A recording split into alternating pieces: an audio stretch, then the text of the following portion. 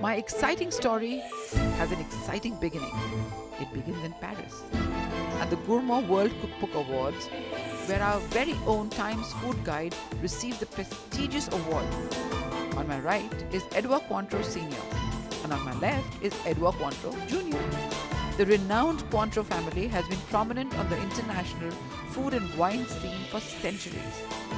The Cointreau company was founded more than 150 years ago by yet another Edouard Cointreau and his brother Adolphe. They were to go on to produce a white liqueur flavored with orange peel that would become one of the world's most popular specialty drinks, called Cointreau, of course. Not only is the family Cointreau known for Cointreau, the well-loved vibrant orange liqueur, but also Cognac frappé, Champagne Gosset, the Cordon Bleu school, and of course, the Oscar and the Olympics of Food Awards, the Gourmand World Cookbook Awards. And presiding over it all is Edouard Cointreau's 88-year-old, or should I say young, father, Max Cointreau. My journey to Cognac is just beginning, and I'm already on a high. Ooh la la! This charming train station in Paris is putting me on a bigger high. Would you believe this is a restaurant in a train station? You heard that right, a train station. And from then on, my 2-hour journey to the Cognac district takes on a happy, fast-forward haze. And I reach Angoulême and then drive to Segonzac. And this, ladies and gentlemen, is where I'm spending tonight, before meeting my host, Max Cointreau, tomorrow. Allow me to introduce you to Rabelais, the famous 16th century French philosopher and writer. And you know what? I'm sure he must be delighted that I'm staying here in his 800-year-old family chateau. I'm here on this really exciting and heady mission in this historic town of Cognac, and that is to get a taste of liquid history. After all, isn't that what Cognac is about? And I'm so excited because my guide today is the grand young man of Cognac, 87-year-old Max Cointreau. Bonjour, Mr. Cointreau. Thank you so much. Hello. Nice to meet you. Lovely, thank you so much.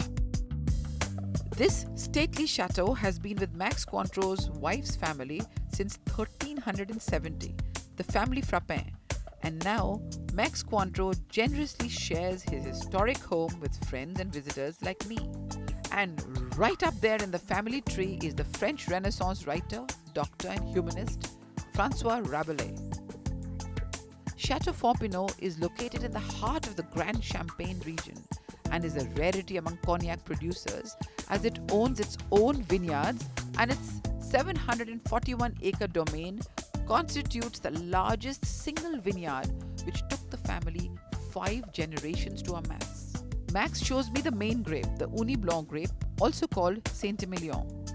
And cognac is made from at least 90% of this grape.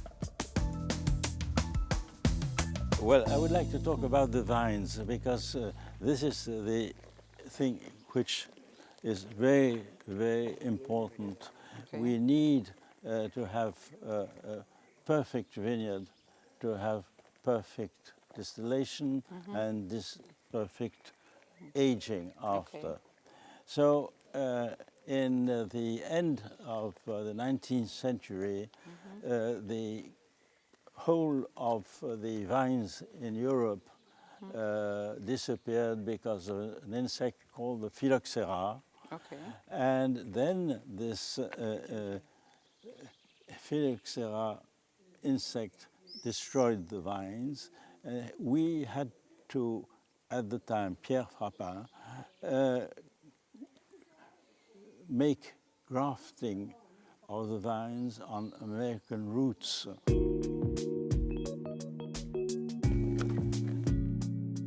When you come in here, you smell the I know, I can smell it. God, the air is thick and it's cool and it's damp and it says here. voilà. And also you have the cognac smell.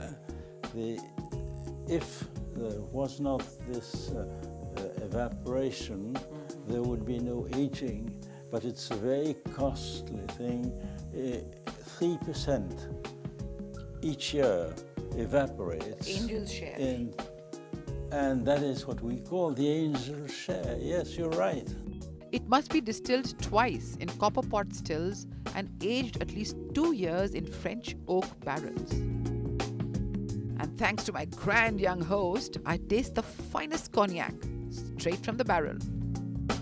It's fairly early in the morning. I'm in paradise.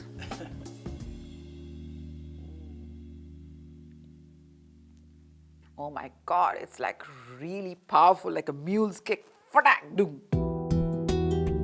And then this liquid is magically transformed into the Cognac Chateau Forbinot, also my current place of residence.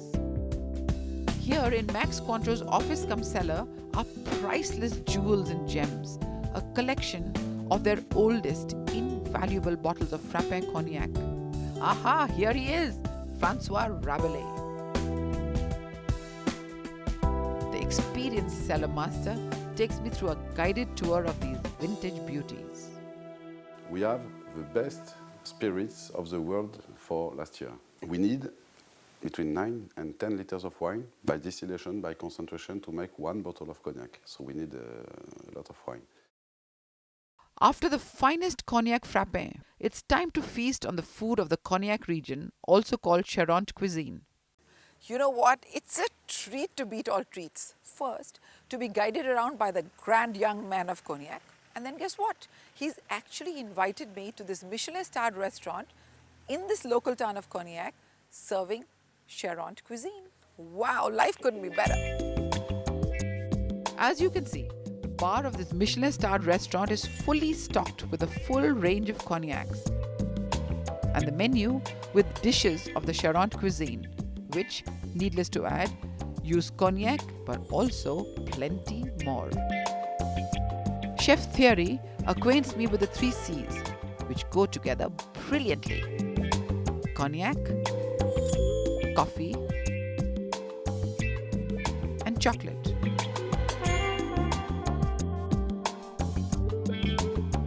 I'm having the most memorable meal with my charming host, and I'm determined to find out his secrets of staying so young. It's difficult to say. Never give up. Try always to follow through. And if possible, have imagination. An old cognac keeps you young forever. That's his motto. After sadly bidding him goodbye, I explore the charming town of Cognac on my own.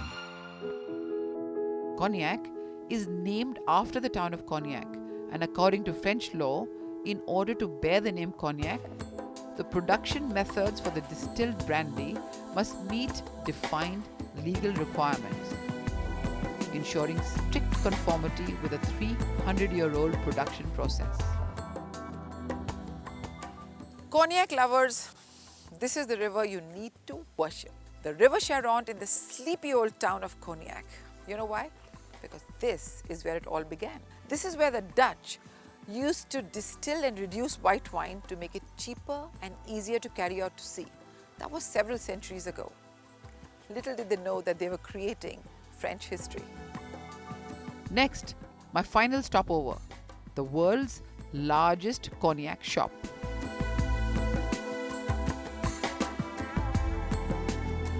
Bibliothèque, I'd heard of it, but Cognatheque, well, here it is, the world's largest cognac shop. And you know what? This has been one of my most delicious discoveries this trip. And the most delicious one, however, has been the fact that Max Cointreau, my grand old guide to cognac, is himself full of finesse, complexity, elegance, and timelessness. just like the finest cognac itself.